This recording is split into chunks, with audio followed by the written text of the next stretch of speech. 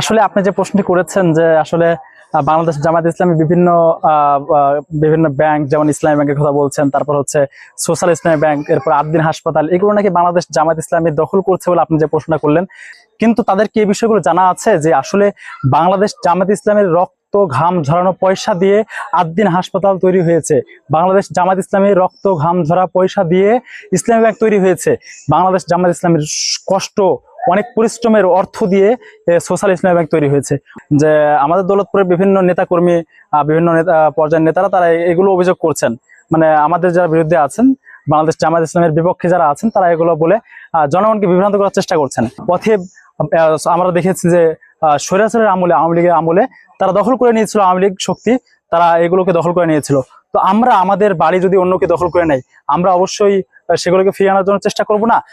আওয়ামী লীগ থাকতে তারা চেষ্টা করেছে, আমাদের এগুলোকে দখল করা, জবরদখল করেছে, আমরা সেগুলোকে সেগুলোকে আমরা উদ্ধার করেছি। এটাকে যদি বলেন যে আমরা দখল করেছি, তাহলে কেমন হয় ভাই? আমি বিশ্বাস করবো যারা এগুলো বলছেন, আমি আশা করি তারা অবশ্যই জ্ঞানী। যদি দলকানা না হয়ে মানে নিরপেক্ষভাবে বিবেচনা করেন, চিন্তা করেন, একটু ঘাটাঘাটি করেন, বা একটু যদি মাথায় সেন্স নিয়ে ভাবার চেষ্টা করেন, আশা করি জনগণের মাঝে এগুলো বলবেন না। আর একটা কথা হচ্ছে, দেখেন যে আসলে জনগণ এগুলো খায় না।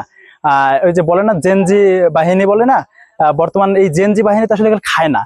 কারণ জনগণ বুঝে, উপলব্ধি করছে কারা জনগণের জন্য কাজ করতেছে, কারা বাস্তবে চাঁদাবাজি করতেছে, কারা দুর্নীতি করতেছে, কারা এই হচ্ছে রেজিস্ট্রি অফিস দখল করতেছে, এরপর ভূমি অফিস সহ বিভিন্ন বিভিন্ন সেক্টরে, সরকারি সেক্টর বলেন বা বিভিন্ন রাস্তাঘাট, বাজার, দোকানপাট, এগুলো কারা আসলে দখল করতেছে, কারা এগুলোতে গিয়ে গিয়ে হাজার হাজার টাকা। আমাদের দৌলতপুর থানাতেও এমন দেখেছি আমরা যে বিভিন্ন দলের নেতাকর্মীরা তারা দোকানে চাঁদাবাজি করেছে, এবং এমন রিপোর্ট আমার কাছে আসলে আমি অ্যাভেলেবল দিতে পারবো, ঠিক আছে? তো এখানে আমাদের উপরে দায় চাপিয়ে দেবো, যে ভূগোল বোঝানোর কথা বলে না, আমাদেরকে আসলে ভূগোল বোঝায় লাভ নাই। আর জনগণ কিন্তু এগুলো খায় না, জনগণ খুব ভালো মতো বোঝে কারা কি করছে। আমরা তো জনগণের কাছে যাচ্ছি, উপলব্ধি করতেছি তারা আসলে নতুন কিছু চাচ্ছে। তারা দেখতেছে যে দেশটা ইতিপূর্বে যারা এসেছে বা 24-এর পরে কারা কোন দিকে নিয়ে যাচ্ছে, কারা দুর্নীতি করতেছে, কারা মানুষের অধিকার হরণ করতেছে, কারা গরু চুরি করছে, কারা মোবাইল চুরি করছে, কারা মানে বিভিন্ন দুর্নীতির সাথে জড়িত আছে, এটা আসলে জনগণ জানে। তো আপনি বক্তব্যের সময় আপনি জনগণের উপর চাপাই দিয়ে একটা বক্তব্য দিয়ে দিবেন আর জনগণ সে বিশ্বাস করবে, ওই রাজনীতি এখন চলে না।